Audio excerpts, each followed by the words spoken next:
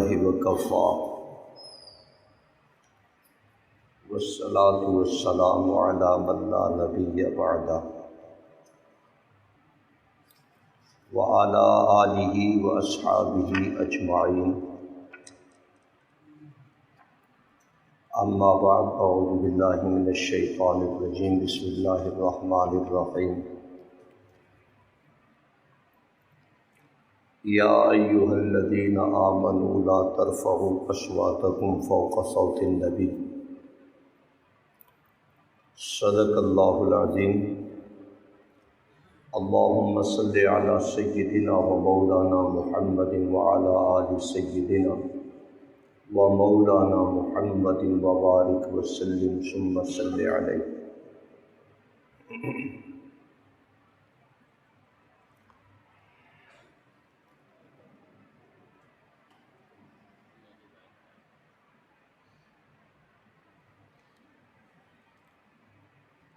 ہر نئی صبح نئے فتنوں کے ساتھ آغاز کرتی ہے۔ فتنوں کی تعداد اس قدر ہے، بلا مبالغہ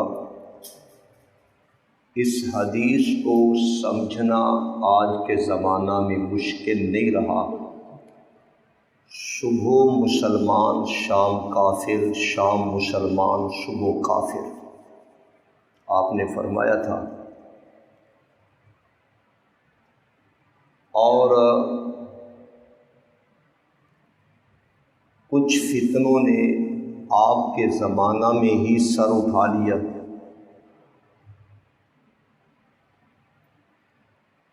ایک آدمی کے متعلق تو آپ نے فیصلہ کروا کے اس کو قتل کروا دیا تھا، اسود انسی۔ اس نے نبوت کا دعویٰ کر دیا تھا۔ اور دوسرا مسیلمہ کذاب، اس نے بھی نبوت کا دعویٰ کر دیا تھا۔ اس کا قلع قمع حضرت ابو بکر رضی اللہ عنہ نے اپنے زمانہ خلافت میں کیا۔ اور آپ نے فرمایا تھا کہ میرے بعد کئی جھوٹے نبوت کے دعوے دار آئیں گے، اور ان جھوٹے نبوت کے دعوے داروں میں ایک نام مرزا قادیانی کا بھی ہے۔ اس نے نبوت کا جھوٹا دعویٰ کر کے مسلمانوں میں ایک عظیم فتنہ برپا کیا، اور اس نے ختم نبوت کا نعرہ لگایا اور کہا کہ الیاذ باللہ رسول انور صلی اللہ علیہ وسلم خاتم الانبیاء نہیں، خاتم الانبیاء میں مرزا قادیانی ہوں۔ اس نے اپنے آپ کو ختم نبوت کا دعوے دار قرار کہلوایا اور قرار پایا کہ میں ہی ہوں خاتم النبیین الیاذ باللہ۔ یہ ایک ایسا عظیم فتنہ ہے۔ آج بے شک یہ پاکستان کی تاریخ میں کافر قرار پائے ہیں، لیکن پاکستان میں ان کا وجود کثرت میں پایا جا رہا ہے۔ اور آج کل خصوصاً یہ جو حکومتیں پچھلی حکومت کے ساتھ ان کا وجود پاکستان میں قدر زیادہ معلوم ہو رہا ہے، اور خصوصاً سکھوں کے لیے جو راستہ کھولا گیا تھا کرتارپور والا، اس کے ذریعے پاکستان میں قادیان کے مرزائی کثرت کے ساتھ آ چکے ہیں۔ سن 1974 میں 7 ستمبر کو، یہ جو 2-3 دن پہلے دن گزرا، تاریخ گزری، آج 9 ستمبر ہے، یعنی 2 دن پہلے جو 7 ستمبر تھا، اس تاریخ کو نیشنل اسمبلی پاکستان نے متفقن علیہ اس فرقے کو کافر قرار دیا، دائرہ اسلام سے خارج قرار دیا اور اس کو عظیم فتنہ ٹھہرایا۔ اس نے عجیب طرح کے دعویٰ ہائے لوگوں کے سامنے ظاہر کیے۔ کلا انہا تذکرہ، قرآن کہتا ہے کہ قرآن پاک کے جو نام ہیں ان میں ایک نام تذکرہ بھی ہے۔ قرآن تذکرہ، قرآن پاک، قرآن مجید، کتاب محفوظ، اور ایک نام تذکرہ۔ مرزا قادیانی نے اس نے جھوٹی وحی کا دعویٰ کرتے ہوئے کہ مجھ پہ بھی وحی آتی ہے، اس وحی کا نام اس نے تذکرۃ الوحی رکھا، یعنی لفظ قرآن تو یہ نہ بول پایا چونکہ مسلمانوں نے اس کو عجیب بگدڑ مچنی تھی اور مسلمان عجیب تشویش کا شکار بنتے۔ اس نے قرآن پاک کا ایک نام چوری کر کے اپنی وحی کا نام رکھا، گویا کہ دبے لفظوں میں اس نے دعویٰ کیا کہ مجھ پر آنے والی وحی اس کا نام بھی الیاذ باللہ قرآن پاک ہے۔ اور مرزا قادیانی نے حضرت عیسیٰ علیہ السلام بنی اسرائیل کے جو عظیم پیغمبر تھے اور جن کا وجود واپسی دوبارہ آنا، آمد ہونا قرآن و سنت سے ثابت ہے، اس نے حضرت عیسیٰ کے قتل کا دعویٰ کیا، حضرت عیسیٰ کی موت کا دعویٰ کیا۔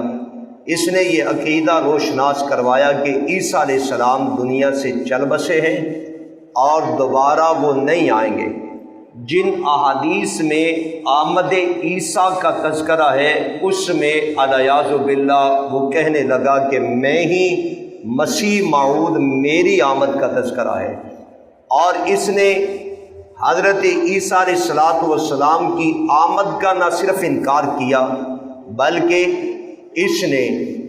ماؤں بہنوں کی الیاذ باللہ گالیاں حضرت عیسیٰ کو دی، عیسیٰ علیہ السلام پر تبرہ کیا اور بہت برے الفاظ حضرت عیسیٰ علیہ السلام کے لیے اس نے استعمال کیے۔ اور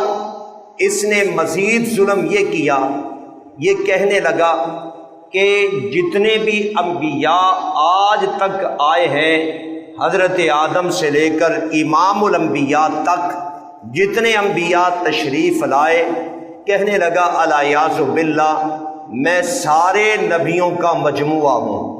میں آدم بھی ہوں، عیسیٰ بھی ہوں، موسیٰ بھی ہوں، ابراہیم بھی ہوں اور محمد الرسول اللہ بھی ہوں۔ اس نے سارے نبیوں کا اپنے آپ کو مجموعہ قرار دیا اور کہنے لگا کہ میں ہی سارے نبیوں کا نبی ہوں، اپنے آپ کو اس نے نبیوں کا نبی بھی قرار دیا۔ اور یہاں تک اس نے ظلم کیا، اس کی کتابیں موجود ہیں، روحانی خزائن کے نام پر اب اس کی ساری کتابیں جمع ہو گئی ہیں۔ یہ 23 جلدوں میں اس کی کتاب ہے روحانی خزائن، میرے پاس یہ 23 جلدوں کے ساتھ موجود ہے، اس کی ساری زندگی کی کتابوں کا مجموعہ روحانی خزائن ہے۔ اس نے ان میں یہ بات بھی کہی، کہنے لگا الیاذ باللہ میں ہوں محمد الرسول اللہ، اپنے آپ کو اس نے محمد بھی کہا اور کہنے لگا اپنے ماننے والوں کو تم نے کلمہ یہی پڑھنا ہے لا الہ الا اللہ محمد الرسول اللہ، لیکن تم نے محمد سے مراد محمد بن عبداللہ نہیں لینا، تم نے محمد سے مراد مرزا قادیانی لینا ہے۔ گویا کہ یہ بھی ہمارے سامنے کلمہ ہمارے جیسے ہی پڑھتے ہیں۔ اگر آپ ان سے کہیں نا کہ کلمہ اسلام سناؤ تو یہ کہیں گے لا الہ الا اللہ محمد الرسول اللہ، لیکن ان کی مراد لفظ محمد سے محمد بن عبداللہ نہیں ہوتی، ان کی مراد لفظ محمد سے مرزا قادیانی ہوتا ہے۔ یہ الیاذ باللہ محمد رسول اللہ، محمد اللہ کے رسول ہے، تو یہ مرزا قادیانی کو محمد اللہ کے رسول کہتے ہیں۔ انہوں نے اس بے ایمان نے امام الانبیاء اور کہنے لگا اگر کسی نے مکے مدینے والا محمد علیہ باللہ دیکھنا ہو تو وہ قادیان میں مرزا کو دیکھ لو۔ یہ مرزا محمد کریم کا ذلی بروزی ہے، یعنی اپنے آپ کو نبی کا سایہ قرار دیا اور اپنے آپ کو پیارے پیغمبر امام الانبیاء کی نیابت قرار دیا، اور اس نے عجیب عجیب نظریات لوگوں کے سامنے بیان کیے، اور یہاں تک کہ جتنی احادیث ختم نبوت پر دلالت کرتی تھیں اس نے وہ ساری احادیث اپنے اوپر فٹ کر دیں۔ اس نے کہا کہ میں ہی ہوں، یعنی حضرت بیان کر رہے ہیں کہ آنا خاتم النبیین لا نبی بعدی، کہنے لگا کہ الیاذ باللہ کہ پیغمبر نے آنا سے جو مراد لیا تعبیر انہوں نے میری کی ہے، یعنی آنا خاتم النبیین، میں ہوں آخری نبی اور میرے بعد کوئی نبی نہیں آئے گا۔ اس نے یہ جملے جو امام الانبیاء کے اپنے اوپر فٹ کر دیے۔ حال یہ کہ اس نے اپنی کتاب میں لکھا، کہنے لگا کہ وہ جو بخاری مسلم کی حدیث ہے جس میں صاف صریح لفظ ہے کہ امام الانبیاء صلی اللہ تعالی علیہ وسلم نے فرمایا کہ اللہ تعالیٰ نے نبوت کا محل تعمیر کیا، نبوت کا قصر تعمیر کیا، اس میں نبوت کی اینٹیں جڑنا شروع کر دیں۔ پہلی اینٹ حضرت آدم، اور آخر میں چلتے چلتے ایک اینٹ کی جگہ باقی رہ گئی، ساری نبوت کی اینٹیں وہاں جڑ دی گئیں۔ لوگوں نے کہا کاش یہ اینٹ بھی جڑ دی جاتی تاکہ یہ قصر نبوت مکمل ہو جاتا۔ آقا دو عالم صلی اللہ علیہ وسلم نے فرمایا آنا خاتم آنا لابینا، وہ جو آخری اینٹ ہے وہ میں محمد کریم ہوں، انا خاتم النبیین، میں ہی خاتم النبیین، سارے نبیوں سے آخر میں ہوں، میرے بعد کوئی نبی نہیں آئے گا۔ مرزا قادیانی نے اپنی کتاب میں کہا، کس نے کہا انا لابینا، وہ جو آخری اینٹ ہے نعوذ باللہ، کہنے لگا وہ میں مرزا قادیانی ہوں اور میرے بعد نبوت ختم ہو گئی۔ امام الانبیاء صلی اللہ تعالی علیہ وسلم کی احادیث ختم نبوت والی اس نے اپنے اوپر فٹ کی۔ حالانکہ مسلمانوں کا عقیدہ اور نظریہ ہے کہ قرآن پاک کی 100 سے زیادہ آیتیں اور 200 سے زیادہ احادیث مبارکہ ختم نبوت پر دلالت کرتی ہیں، اور 30 سے زیادہ صحابہ جو کہ ختم نبوت کے مسئلے کو بیان کرتے ہیں، اور امام الانبیاء کی وفات کے بعد سب سے پہلے جو اجماع منعقد ہوئے جن میں سارے صحابہ کی اجتماعیت آئی، ان میں ایک اجماع یہی تھا کہ آپ علیہ السلام آخری نبی ہیں، اور پیغمبر کائنات کے بعد جو نبوت کا دعویٰ کرے گا وہ واجب القتل ہے، اور وہ کافر ہے، اور وہ مرتد ہے۔ اور اس مسئلہ میں اللہ تعالیٰ نے مہربانی فرمائی، ابو بکر رضی اللہ تعالیٰ عنہ سے یہ پہلا کام لیا۔ حضرت صدیق اکبر نے خلافت کا لبادہ پہننے کے بعد پہلے جو آرڈر کیے وہ یہی تھے کہ مسیلمہ کذاب کو قتل کر دیا جائے، اس کو صفحہ ہستی سے مٹا دیا جائے، اس نے نبوت کا دعویٰ کیا ہے۔ اور کیونکہ تمام مسلمانوں کا یہی نظریہ ہے کہ آخری پیغمبر خاتم الانبیاء پیغمبر اور سارے نبیوں سے آخر میں آنے والے پیغمبر حضرت جناب محمد الرسول اللہ صلی اللہ تعالی علیہ وسلم، حضرت خالد بن ولید کی کمان میں ایک لشکر تیار کر کے حضرت ابو بکر نے روانہ کر دیا، فرمایا کہ مسیلمہ کو قتل کر دیا جائے، مسیلمہ کو صفحہ ہستی سے مٹا دیا گیا۔ تو یہ ختم نبوت کا معاملہ قرآن پاک کی 100 سے زائد آیات اور 200 سے زیادہ احادیث مبارکہ اور 30 سے زیادہ صحابہ جو بیان کرتے ہیں، ساری امت کا اجماع ہے کہ آخر میں آنے والے پیغمبر حضرت جناب محمد الرسول اللہ صلی اللہ تعالی علیہ وسلم ہے۔ یہ جامع نبی ہیں، نبیوں کے بھی نبی ہیں، انبیاء کے بھی پیغمبر ہیں، یہ قائد المرسلین ہیں، فخر رسول ہیں، امام الرسل ہیں، اور یہ امام الانبیاء کا لقب ہے، واعظ الانبیاء ہیں، سید الانبیاء ہیں۔ رب کائنات نے امام الانبیاء کو نہ صرف چند لوگوں کے لیے نبی بنا کر بھیجا، کل کائنات کے لیے، قیامت تک آنے والی سارے انسانیت کے لیے اللہ نے جامع پیغمبر حضرت جناب محمد پاک کو بنا کر بھیجا ہے۔ مسلمانوں کا یہ عقیدہ اور نظریہ ہے۔ اور مرزا قادیانی، جس طرح یہ جو بخاری ہے، مسلم ہے، ابو داؤد ہے، ترمذی، نسائی ہماری حدیث کی کتابیں ہیں، اور اس میں صحابہ بیان کرتے ہیں پیارے پیغمبر کی شان، امام الانبیاء کی سیرت،